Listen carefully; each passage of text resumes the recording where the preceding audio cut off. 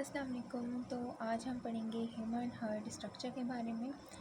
जैसे कि हार्ट जो है हमारा एक ऑर्गन है, ठीक है, ऑर्गन जिसका काम क्या है, टू पंप द ब्लड। ठीक है, क्या काम है, पंप द ब्लड।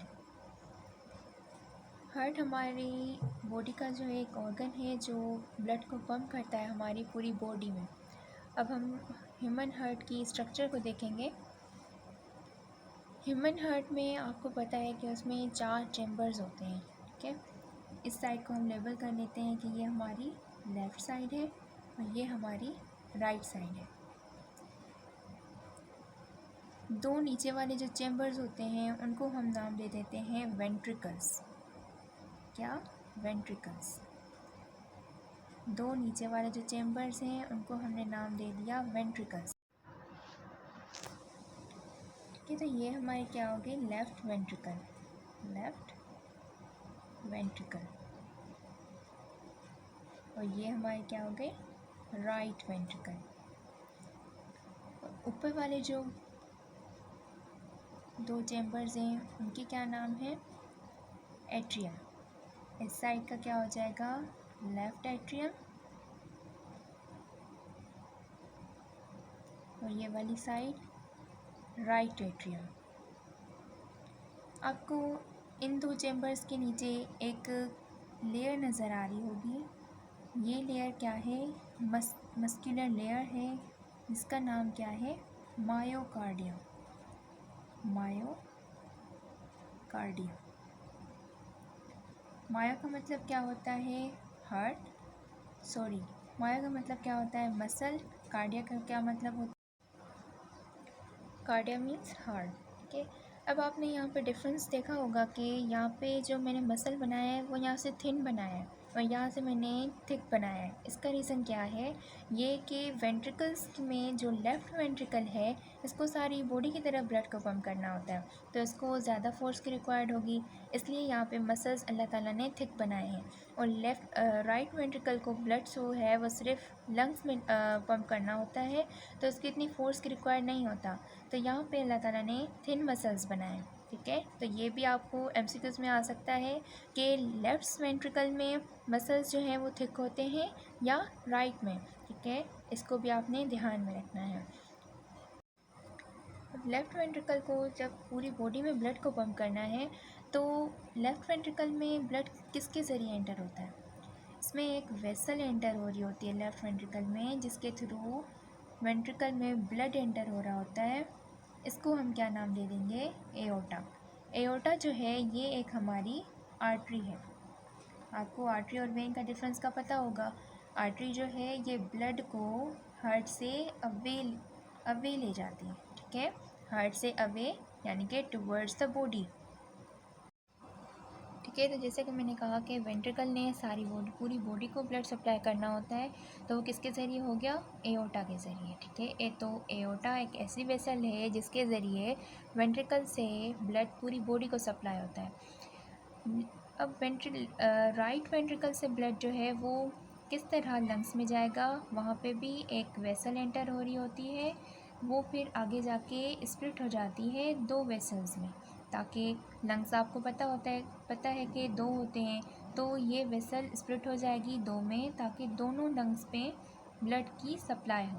ठीक है, दोनों स्प्लिट हो गई दो। अब इसको हम क्या नाम दे देंगे, ये भी हमारी आर्टरी है। कैसे हमें पता चला, क्योंकि ये ब्लड को अवे ले जा रही है हार्ट से, और ये कहाँ जा रही है, लंग्स में, तो इसको हम क्या नाम दे देंगे, पल्मोनरी आर्टरी, पल्मोनरी आर्टरी। अब पल्मोनरी क्या होता है, पल्मोनरी कहते हैं लंग्स को, इसलिए ये लंग्स की तरफ जा रहा है, तो इसके लिए हम इसको क्या नाम दे दिया, पल्मोनरी आर्टरी। ये भी हमारी पल्मोनरी आर्टरी।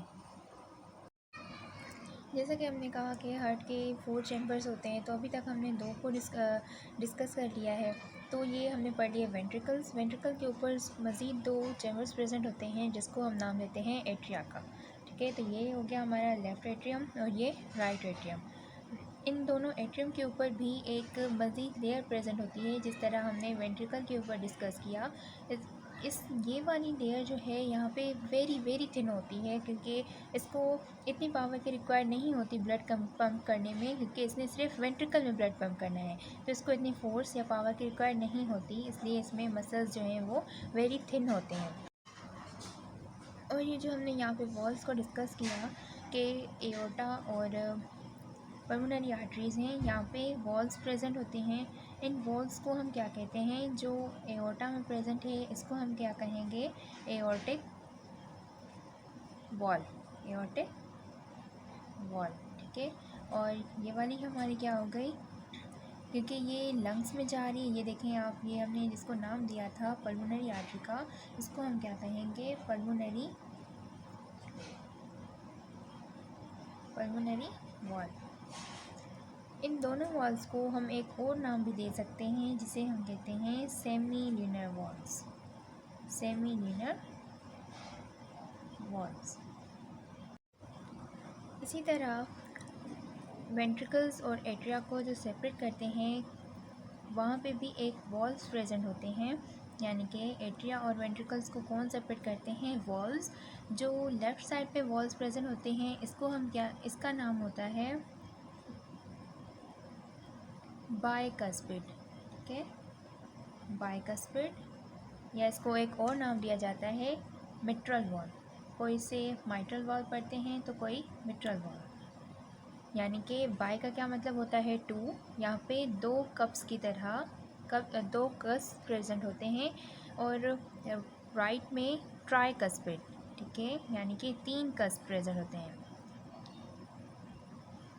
ट्राइकस्पिड, ठीक है। ये वॉल्स का, इन वॉल्स के प्रेजेंट होने का क्या मकसद है कि यहाँ से जब एट्रियम से ब्लड वेंट्रिकल में आता है, तो इन वॉल्स के ज़रिए ब्लड जो है वो एट्रियम से वेंट्रिकल में आया, तो जब वेंट्रिकल कॉन्ट्रैक्ट होगी तो ये ब्लड जो है जब कॉन्ट्रैक्ट होगी इन वॉल्स में जाने के लिए, तो ये बैक फ्लो को रोकेंगे, ये वाले वॉल्स, ठीक है। तो हमने यहाँ पे भी वॉल्स में भी हमने पढ़ा था कि वॉल्स, वेसल्स में भी वॉल्स होती हैं। जब वेंट्रिकल कॉन्ट्रैक्ट होगा और ब्लड यहाँ आर्टरीज़ में मूव करेगा, तो अगर ये वापस आने की कोशिश भी करेंगे तो ये वॉल्स जो हैं वो बंद हो जाएंगे, इसी वजह से ब्लड जो है वो बैक मूव नहीं कर सके। इसको अगर हम एग्जांपल के थ्रू समझें तो ये देखें कि ये एट्रिया के वॉल्स हैं, ठीक है। जब वेंट्रिकल कॉन्ट्रैक्ट होगा, ब्लड यहाँ से मूव करना शुरू होगा, तो ये वॉल्स हमारे यूं हो जाएंगे, ठीक है। तो इससे ब्लड जो है वो वापस एट्रियम में नहीं जा सकेंगे।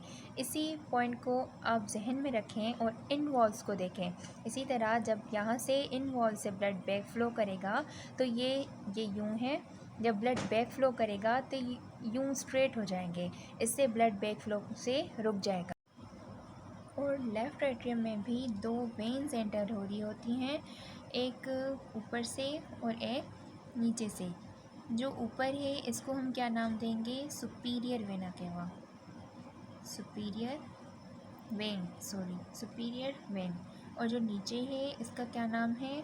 Inferior when. सुपीरियर का मतलब भी होता है ऊपर वाली, ठीक है। इन्फीरियर उसका अपोजिट नीचे। जो सुपीरियर वेन है ये हमारे बॉडी के ऊपर वाले पार्ट से डीऑक्सीजनेटेड ब्लड को लेफ़्ट एट्रियम में लाएगा, और इन्फीरियर जो है हमारे नीचे वाली साइड, जैसे लेग्स वगैरह, ये सारी नीचे वाला बॉडी का जो पार्ट है वहाँ से डीऑक्सीजनेटेड ब्लड जो है वो राइट एट्रियम में लेकर आएगा,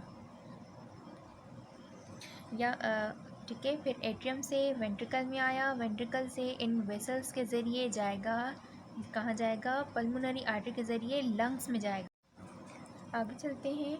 यहाँ पे देखें कि एट्रियम में मैंने 4 वॉल्स बनाई हुई हैं। एट्रियम में 4 वॉल्स एंटर हो रही होती हैं, जिनका क्या नाम है? पल्मोनरी वेन्स, ठीक है। पल्मोनरी, चारों हमारी क्या हैं? Pulmonary veins. और वेन्स का क्या होता है कि ये टूवर्ड्स द हार्ट ब्लड को सप्लाई करती हैं। पल्मोनरी क्या हमने पहले बताया कि लंग्स, ये लंग्स से वेन्स आ रही हैं, ब्लड में एंटर हो रही हैं। अब इनके ज़रिए ब्लड एंटर, इसको अगर हम रिपीट करते हैं तो इसकी सीक्वेंस क्या होगी? पहले लंग्स से ब्लड हमारे पास आया, पल्मोनरी वेन्स के ज़रिए एट्रियम में एंटर हुआ, एट्रियम से फिर इन वॉल्स के ज़रिए वेंट्रिकल में गया, वेंट्रिकल से इन वॉल्स के ज़रिए जिसको हमने एओर्टा का नाम दिया, इसके ज़रिए सारी बॉडी में हमारा ऑक्सीजनेटेड ब्लड ट्रांसफ़र हो जाएगा। यहाँ पे सुपीरियर वेन को एक और नाम भी दिया जाता है, सुपीरियर वेन या superior vena cava, vena cava. Same इसी तरह इन्फीरियर वेन को इन्फीरियर वेना केवा। यहाँ पे एक और इम्पोर्टेंट पॉइंट याद रखने को है कि जो हमारी लेफ़्ट साइड है यानी कि लेफ़्ट एट्रियम और लेफ़्ट वेंट्रिकल में ऑक्सीजनेटेड ब्लड होता है, क्योंकि यहाँ से देखें कि पल्मोनरी लंग्स से आ रही है, लंग्स से जो आएगा वो हमारा ऑक्सीजनेटेड ब्लड होगा, यहाँ से मूव करेगा एओर्टा के ज़रिए पूरी बॉडी में, फिर यहाँ से पूरी बॉडी में इस ब्लड की ऑक्सीजन जो है वो यूज़ हो जाएगी, आहिस्ता आहिस्ता डीऑक्सीजनेटेड में कन्वर्ट होगा और ऊपर से सुपीरियर वेना केवा के ज़रिए और नीचे से इन्फीरियर वेना केवा के ज़रिए ये डीऑक्सीजनेटेड ब्लड एट्रियम में एंटर होंगे, फिर एट्रियम से वेंट्रिकल में, फिर इस वॉल्व के ज़रिए फिर से लंग्स में जाएंगे ताकि ये ऑक्सीजनेटेड हो सकें, लंग्स में लेकर जाएंगे ताकि वहाँ पे ये डीऑक्सीजनेटेड ब्लड जो है वो ऑक्सीजनेटेड में कन्वर्ट हो सके। इसको अगर हम इजीली समझें तो इस तरह देखें कि ऑक्सीजनेटेड ब्लड को हमने रेड बनाया कि वेंट्रिकल एट्रियम में, वेंट्रिकल में ये सारा हमारा ऑक्सीजनेटेड ब्लड है, और इसी तरह ये एओर्टा में भी, एओर्टा के ज़रिए पूरी बॉडी में जो ब्लड जाएगा ये हमारा ऑक्सीजनेटेड है, ठीक है। फिर ये पूरी बॉडी से होता हुआ डीऑक्सीजनेटेड जब हो जाएगा तो इन्फीरियर और सुपीरियर वेना केवा के ज़रिए एट्रियम में एंटर होगा। ये हमने डीऑक्सीजनेटेड ब्लड को ब्लू कलर में शो किया है ताकि हमें समझने में आसानी हो, ठीक है। वैसे भी जो ऑक्सीजनेटेड ब्लड होता है वो रेड कलर का ही होता है, ठीक है। ये सारा अब ये लंग्स में एंटर होगा ताकि ये ऑक्सीजनेटेड हो सके। यहाँ पे सुपीरियर वेन को एक और नाम भी दिया जाता है, सुपीरियर वेन या superior vena cava, vena cava.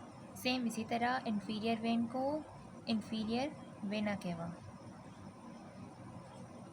यहाँ पे एक और इम्पोर्टेंट पॉइंट याद रखने को है कि जो हमारी लेफ़्ट साइड है यानी कि लेफ़्ट एट्रियम और लेफ़्ट वेंट्रिकल में ऑक्सीजनेटेड ब्लड होता है, क्योंकि यहाँ से देखें कि पल्मोनरी लंग्स से आ रही है, लंग्स से जो आएगा वो हमारा ऑक्सीजनेटेड ब्लड होगा, यहाँ से मूव करेगा एओर्टा के ज़रिए पूरी बॉडी में, फिर यहाँ से पूरी बॉडी में इस ब्लड की ऑक्सीजन जो है वो यूज़ हो जाएगी, आहिस्ता आहिस्ता डीऑक्सीजनेटेड में कन्वर्ट होगा और ऊपर से सुपीरियर वेना केवा के ज़रिए और नीचे से इन्फीरियर वेना केवा के ज़रिए ये डीऑक्सीजनेटेड ब्लड एट्रियम में एंटर होंगे, फिर एट्रियम से वेंट्रिकल में, फिर इस वॉल्व के ज़रिए फिर से लंग्स में जाएंगे ताकि ये ऑक्सीजनेटेड हो सकें। और लेफ़्ट एट्रियम में भी दो वेन्स एंटर हो रही होती हैं, एक ऊपर से और एक नीचे से। जो ऊपर है इसको हम क्या नाम देंगे, superior vena cava, superior when, और जो नीचे है इसका क्या नाम है, इन्फीरियर वेन। सुपीरियर का मतलब ही होता है ऊपर वाली, ठीक है, इन्फीरियर उसका अपोजिट नीचे। जो सुपीरियर वेन है ये हमारे बॉडी के ऊपर वाले पार्ट से डीऑक्सीजनेटेड ब्लड को लेफ़्ट एट्रियम में लाएगा, और इन्फीरियर जो है हमारे नीचे वाली साइड, जैसे लेग्स वगैरह ये सारे नीचे वाला बॉडी का जो पार्ट है वहाँ से डीऑक्सीजनेटेड ब्लड जो है वो राइट एट्रियम में लेकर आएगा, या ठीक है। फिर एट्रियम से वेंट्रिकल में आया, वेंट्रिकल से इन वेसल्स के ज़रिए जाएगा, कहाँ जाएगा, पल्मोनरी आर्टरी के ज़रिए लंग्स में जाएगा, लंग्स में लेकर जाएंगे ताकि वहाँ पे ये डीऑक्सीजनेटेड ब्लड जो है वो ऑक्सीजनेटेड में कन्वर्ट हो सके।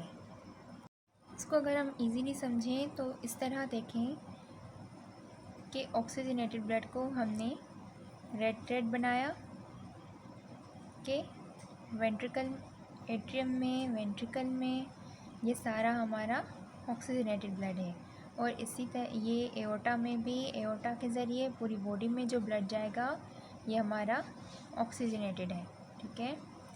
फिर ये पूरी बॉडी से होता हुआ डीऑक्सीजनेटेड जब हो जाएगा तो इन्फीरियर और सुपीरियर वेना केवा के ज़रिए एट्रियम में एंटर होगा। ये हमने डीऑक्सीजनेटेड ब्लड को ब्लू कलर में शो किया है ताकि हमें समझने में आसानी हो, ठीक है। वैसे भी जो ऑक्सीजनेटेड ब्लड होता है वो रेड कलर का ही होता है, ठीक है। ये सारा अब ये लंग्स में एंटर होगा ताकि ये ऑक्सीजनेटेड हो सके।